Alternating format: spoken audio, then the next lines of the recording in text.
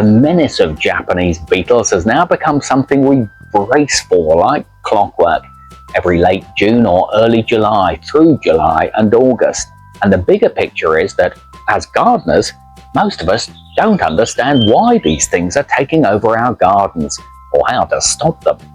In this video, I'm going to share why they keep coming back and walk you through what works to get rid of them. Now, these beetles came from Japan in the early 1900s, and all winter they wait out the cold underground as grubs.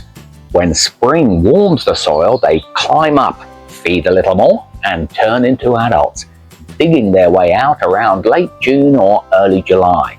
An adult only lives a month or so, and it spends every bit of that short window eating and breeding. Before dying off, the females tunnel back down and lay as many as 60 eggs each.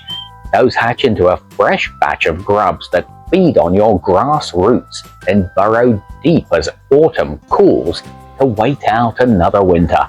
Come summer, it all starts over. That's the loop you're stuck in. The reason they spread so fast is that they feed on more than 300 kinds of plants, so your garden always has something they eat.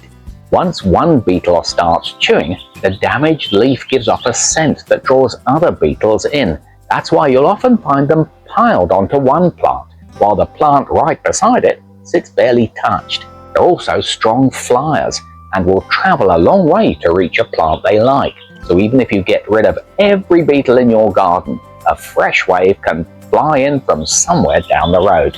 Here's how you stop them from taking over.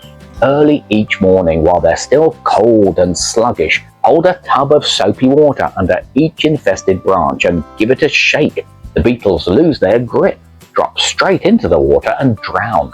To protect your plants from the ones you don't catch, spray them with neem oil at dawn or dusk, since it throws off the beetles feeding. You'll need to apply it every few days and after rain. For your most prized plants, you can go a step further and cover them with fine mesh during peak beetle hours.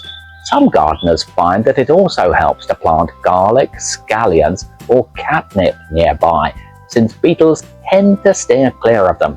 For the grubs underground, you've got two biological options, but neither is a guaranteed fix. One is using milky spore, which is a natural bacterium. This has been popular for decades, but its effectiveness is currently being debated, so treat it as a long shot. You apply it to the soil and water it in, and over a period of time, it kills off the grubs underground. The other one is using nematodes. These are tiny worms that you release into the soil, and they hunt the grubs down underground. These work best in late summer or early autumn, when the grubs are feeding near the surface.